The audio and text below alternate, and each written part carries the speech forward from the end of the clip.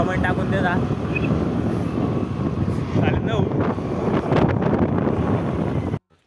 तर आपण फायनली पोहोचलेले आपल्या शेतात. हे काहीतरी लावलेलं आहे का बघा, लावलं आहे काय माहिती. आपण आलेले, आपले भाऊ आलेले आपल्या सोबत. हे बा आपल्या शेतात इकडे विहीर मस्त पुढे पाणी भरणं चालू शेतामध्ये मस्त एकदम.